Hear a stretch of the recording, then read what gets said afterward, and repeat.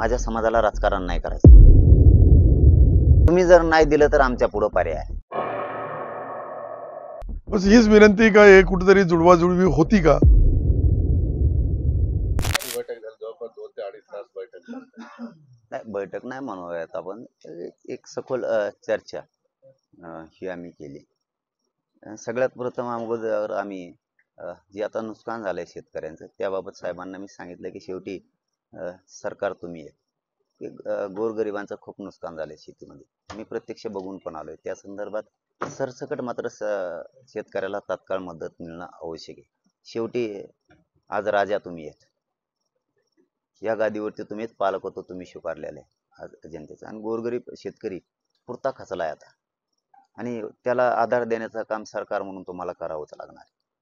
सरसकट सगळ्यांना नुकसान भरपाई मिळणं गरजेचं आहे, त्याबाबतही त्यांच्याशी चर्चा केली।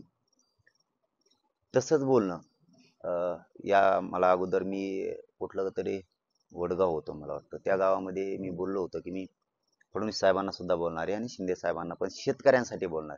तर फडणवीस साहेबांना सुद्धा मी सांगितलंय, त्यांचाही फोन आला होता, त्यांनाही सांगितलं, कारण मी तुमच्यापासून कधी काही लपवत नाही। त्यांनाही सांगितलं की सरसकट शेतकऱ्यांना मात्र तुम्हाला नुकसान भरपाई द्यावी लागणार आहे। त्यांनी सांगितलं की उद्याच्या कॅबिनेटमध्ये आम्ही आहेत, तर उद्याच्याला आम्ही निर्णय घेतो। तेच मी भाईंना सुद्धा सत्तार साहेबांना सुद्धा सांगितलं की ते करावं लागतं। आणि एक बोत वाई म्हणून गावे, तिथं आम्ही गेलो होतो, बरोबर होतो। तिथले जनावर शेळ्या वाहून गेल्या, शेकडो गावात तिथं ही झालं।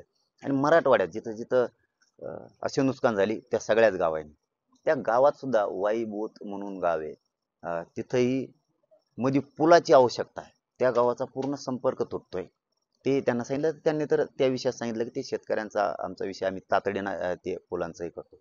आणि मदतीच्या बाबत सुद्धा महाराष्ट्रात असो किंवा महाराष्ट्राच्या बाहेर विदर्भ असेल या ठिकाणी त्या गोष्टी नुकसान भरपाईच्या तातडीने द्या मात्र, कारण खिशातला पैसा गेलाय सगळा आता शेतकऱ्यांचा। आणि आता तोंडाला आलेला घास गेला, लेकरं समोर दिसायला लागलेत, कर्ज दिसायला लागले, शेतकऱ्यांच्या समोर खूप अनेक प्रश्न दिसायला लागले, तो खचलाय आणि त्याला आधार मात्र द्या आता। तर ते सत्तार साहेबांनी उद्याच्याला कॅबिनेटमध्ये घ्यायचं कबूल केलंय, आणि ते पण शेतकऱ्यांसाठीच काम करावं असं म्हणणं। याच्यात राजकारण नको आहे आता, कारण शेवटी मायबाप सरकार आहे, तुम्हालाही सांभाळणार आहे, देशाला पण सांभाळणारा तेवढाच एक वर्ग आहे। इथं जातीपातीचं राजकारणही नको आणि वैयक्तिक राजकारण करण्याची जागा नाही, याबाबतही चर्चा झाली।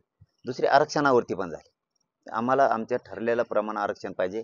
मी प्रत्येक वेळेस सांगतो, आजच नाही, मला माझ्या समाजाला राजकारण नाही करायचं। तुम्ही जर नाही दिलं तर आमच्या पुढे पर्याय आहे, आम्हाला त्यात जावं लागणार।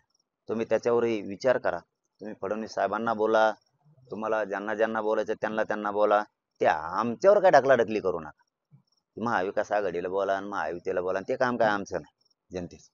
आता सरपंच समजा तुम्ही आहेत, आम्हाला तुम्हालाच म्हणावं लागेल ना का